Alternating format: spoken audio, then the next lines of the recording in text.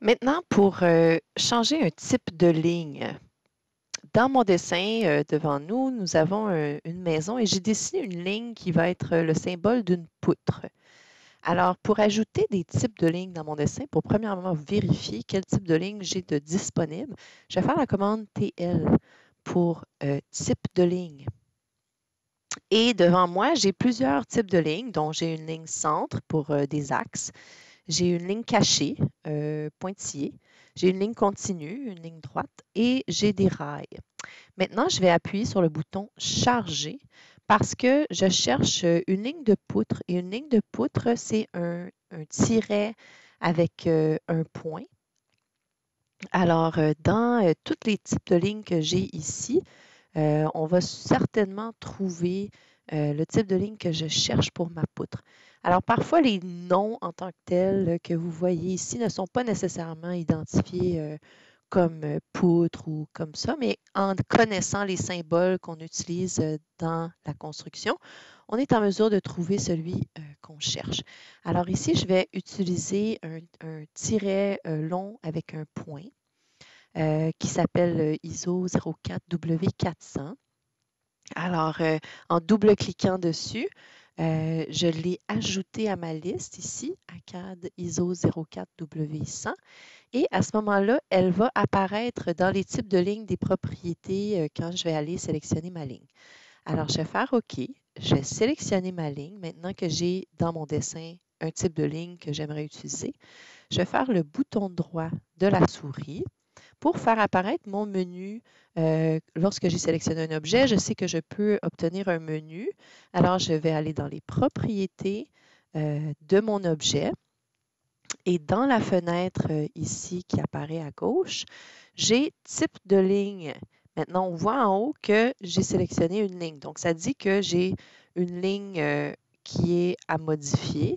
Et dans mon type de ligne, je vais être en mesure de choisir le type de ligne que j'avais inséré dans mon dessin. Maintenant, mon échelle de mon type de ligne doit être modifiée afin que je vois à l'écran l'échelle de la ligne. Donc, j'aimerais voir mon point là. Et si le type d'échelle ne représente pas bien, il faut le modifier. Normalement, il est à 1. Alors, si vous ne voyez pas votre ligne, modifiez pour l'échelle courante. Ça dépend toujours du type de ligne qu'on utilise. L'échelle n'est pas représentée de la même façon. Et ici, étant donné qu'on est en ISO, normalement, ce sont des types de lignes métriques et nous sommes dans un dessin impérial. Donc, en mettant l'échelle à 1, on voit que notre ligne apparaît comme un symbole de poutre. Voilà. Lorsqu'on parle de type de ligne dans un dessin, nous avons une échelle de type de ligne qui est pour toutes les lignes du dessin. Donc, si j'inscris échelle type de ligne, TL, vous allez voir ici LT Scale, échelle ECT, échelle type de ligne. Et ceci vous permet de définir l'échelle pour tout le dessin. Donc, à chaque fois que je vais insérer une ligne, l'échelle va être à 1, par exemple. Si vous voulez modifier l'échelle du type de ligne pour tout le dessin, disons à une échelle de 24, là, vous allez voir que toutes les lignes vont être modifiées dans le dessin. Alors, c'est important d'avoir une échelle de type de ligne pour tout le dessin qui va fonctionner pour la majorité des lignes. Et ensuite, vous êtes toujours en mesure d'aller vérifier pour chacun des objets. Si ça ne fonctionne pas, vous pouvez modifier ensuite pour chacun des objets l'échelle de type de ligne individuellement. Mais pour faciliter la gestion du dessin, c'est recommandé d'utiliser l'échelle de type de ligne pour tout le dessin qui va convenir pour la majorité des lignes. Mais sachant qu'il y a des types de lignes qui ne fonctionneront pas parce qu'ils viennent d'un modèle métrique versus impérial, parfois il faut les ajuster individuellement.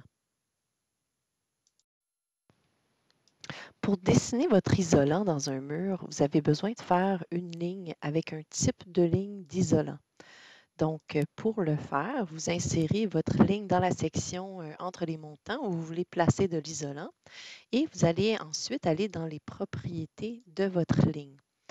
Maintenant, vous allez voir que peut-être qu'il n'y a pas le type de ligne d'isolant encore. Donc, comme on a indiqué tantôt, vous allez chercher les types de lignes pour tout le dessin. Vous allez charger une ligne pour l'isolant. Si vous avez fait un calque pour votre isolant, comme vous êtes supposé faire, eh bien, à ce moment-là, vous allez voir que vous pouvez la charger directement à partir du nouveau calque. Maintenant, on voit ici le symbole isolation. Donc, celui-là, il est nommé comme il va nous donner une ligne qui symbolise l'isolation. On va pouvoir ensuite l'insérer pour les propriétés de notre ligne. Donc, en allant dans le type de ligne, je vais modifier isolation. Maintenant, c'est certain qu'ici, vous avez à changer l'échelle. Celui-là, malheureusement, il faut le modifier à chaque fois qu'on modifie notre épaisseur d'isolation. Donc, dans un dessin comme celui-ci, je suis en métrique, je suis en impérial, c'est-à-dire, et comme j'ai 5 pouces et demi d'espace entre mes montants, mon type de ligne est conçu en impérial. Donc, en indiquant 5 pouces et demi, on va voir que mon symbole d'isolant entre parfaitement entre mes montants. Ça me permet aussi de ne pas toucher d'autres lignes parce que quand c'est symbolique, on veut montrer de l'isolant, mais on ne veut pas que les lignes deviennent trop collées non plus. Bon, c'est certain que là, si je mettais pour un mur de 6 pouces nominal, le logiciel, lui, il dit ah, ça rentre parfaitement et vous pouvez mettre 6 pouces, même si on sait que c'est 5 pouces et demi. Le logiciel ou le type de ligne a été conçu pour des murs de 2 par 6. OK? Donc, si on indique 6, il comprend que c'est 5 pouces et demi qu'on veut indiquer. Alors, dépendamment de votre type de dessin, si vous êtes en métrique ou en impérial, vous avez la possibilité de faire ajuster votre isolation selon l'épaisseur du mur. Parfois, vous avez des murs intérieurs que vous aimeriez mettre un isolant pour insonoriser ou quoi que ce soit et que ce n'est pas nécessairement un 2 par 6. À ce moment-là, vous pouvez aussi ajuster l'épaisseur de votre isolation.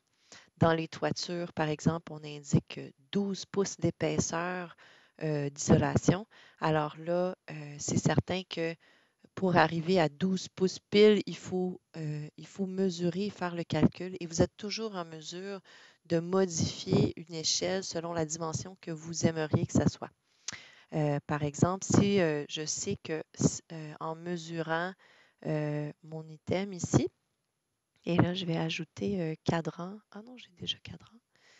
Alors, qu'est-ce qui me permettrait de sélectionner? Parce que j'ai un type de ligne. Alors, je vais désactiver à ce moment-là mon accrochage et je vais simplement mesurer à l'œil comme ça. OK? Oh, comme ça. Et on me dit que j'ai 4 pouces et 3 quarts visuellement, donc à peu près 5 pouces visuellement. Si je veux ajuster ça pour montrer un 12 pouces visuellement, je sais que mon échelle actuelle est 6. Donc, pour arriver à grandir ceci pour que ça arrive à 12 pouces, je veux savoir combien de fois est-ce que j'ai à modifier. Donc, si c'est 5 en ce moment et que je veux 12, je fais 5 divisé par 12 ou 12 divisé par 5. Et là, en utilisant la logique du fait qu'une fraction, ça me donne une décimale.